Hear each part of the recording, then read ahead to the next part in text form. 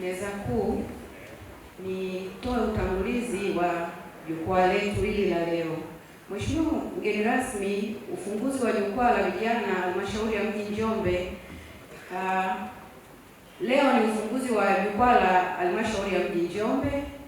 Ufunguzi huu wa jukwaa hili ni utekelezaji wa sera ya maendeleo ya vijana ya mwaka 2007 na ilani ya uchaguzi ya Chama cha Mapinduzi, ambao kipaumbele chake ni kuwapa fursa mbalimbali vijana wote wa Kitanzania.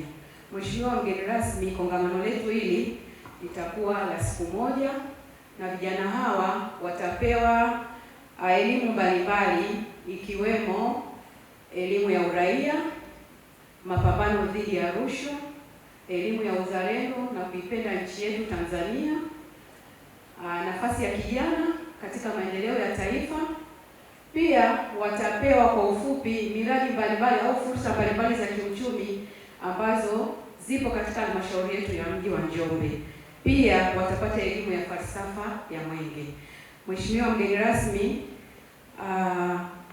mafunzo yetu ni ya siku moja na tuna imani mada hizi zote zitafundishwa kwa ufasaha, na nina imani siku ya tarehe 23 wakiulizwa maswali wataweza kujibu vizuri.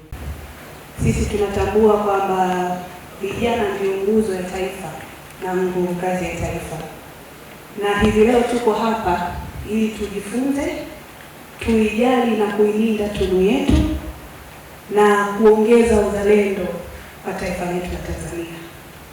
Na kwa kuwa sisi sote tuko hapa kujifunza, na imani kuna usikivu wa hali ya juu kwa utulivu ninaoona hapa, na tukitoka ninajua kabisa tutatoka na mambo mawili matatu ambayo kesho yatatusaidia kujenga taifa letu.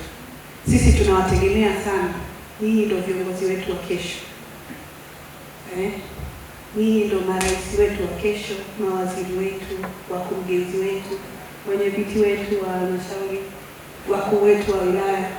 Kwa hiyo hapa tulipo tunapewa mafunzo ya kutuandaa kuwa viongozi bora wa kesho na kulinda tunu yetu na kuasisi ule uhuru ambao tumepewa na mwalimu wetu, Mwalimu Nyerere.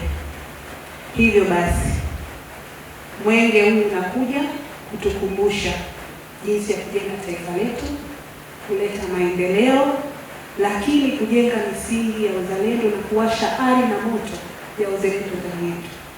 Tuwe wasikivu, tuelewe na tubebe mafunzo haya, tukatae rushwa, tujifunze jinsi ya kujijenga, ya kujiongezea kipato. Mtajifunza vitu vingi, lakini na imani hamtatoka kama mmekaa darasani tu kusikiliza, mtatoka mkiwa na maarifa. Mheshimiwa mgeni rasmi, kwa ufupi tumia nafasi hii kwanza kukupongeza wewe na wote walioandaa hili kongamano hili la leo.